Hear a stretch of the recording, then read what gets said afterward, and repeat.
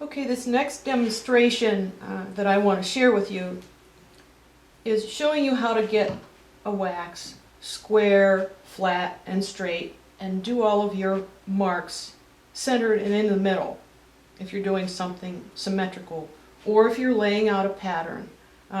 Even if you're doing something asymmetrical, you always want to know where the center of gravity is on something if it's going to be hanging as a pendant, because you don't want it going on a chain and hanging lopsided. So this is what I recommend using. This is a 3-inch machinist square. You can get this from a company called Micromark. It's micromark.com. They'll send you a catalog. Just go to the website, or you can look online for these.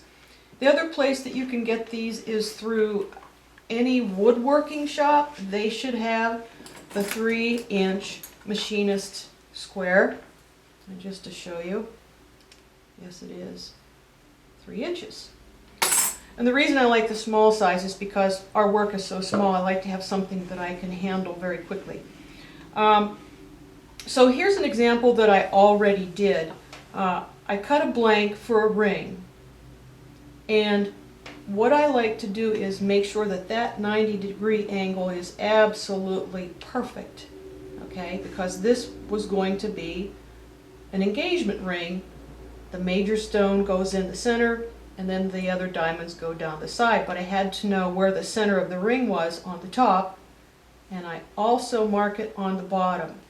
And then, if I'm really picky, I'll mark it on the inside of the ring too. Alright? So, how'd we get here? So if you look at any of my tubes, and not everybody does this, what I like to do is set myself up for my next project so that I can keep working quickly. What I did was, when I got the piece done that I was cutting off, I also cut another line in my wax so that I can file up to this, and I know that when I cut my next blank off, this is going to be absolutely square and flat. If you look right now, it's not. Because your saw blade travels when you cut your blank off. So what we need to do is file this square right up to that line. So I know, because I marked this, if I file up to that line and then make it flat before I cut it off, once this is cut to the right size, all I'll do is take my dividers and mark exactly how wide that blank needs to be. Then I'll go outside of it, so here's where I want to cut it off. Okay, if I want to cut it off there because I need that size blank. Before I do, I'll open my dividers, scribe another line, and that's where your saw blade goes. That's where you cut it off. So the next time you need to cut a ring blank, you just file up to here and you're ready to go. Same thing on this tube. You can see where my previous line was. All I need to do is take a file, whatever file you're comfortable with. Sometimes I use the ring file, the one everybody has. Sometimes I use this nice big flat one because it works really fast.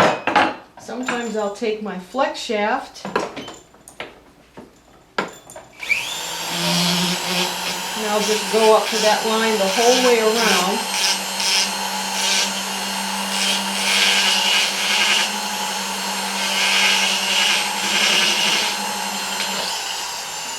So I've gone up to that line, take my file,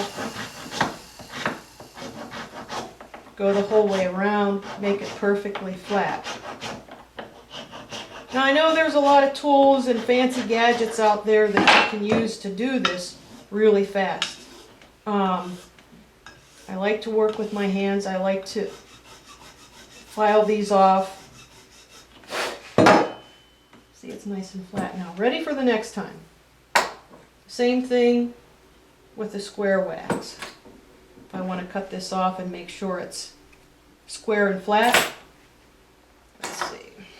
This is what we want. But it isn't square and flat now. So I have to go down to this first line, get my blank square and flat, because if I want to do a design exactly in the middle of here, this has to be square and flat. So anytime you want to lay out a design and make sure that everything is going to work out symmetrically, always mark the middle. So this is the middle of the top. This is the middle side to side. Take your dividers, go the whole way down. This is the middle of the bottom. And if you're getting ready to prepare the wax for a stone, put your dividers in. Mark where the seat is going to go. And there you have it. This piece, if I wanted to cut a piece off, you can see it's not square there, it's not square there. But I have at least one flat surface. I've already made this flat. So I'll have to start here, bring the surface down over here because I know this is the high side. So you want to experiment with your square. Make sure you get one that's good quality. If you go to Home Depot or someplace like that, a lot of times they don't have the small ones. You end up with an 8-inch and it's kind of hard to manipulate. So there's the tools you need. Machine is square, 3-inch.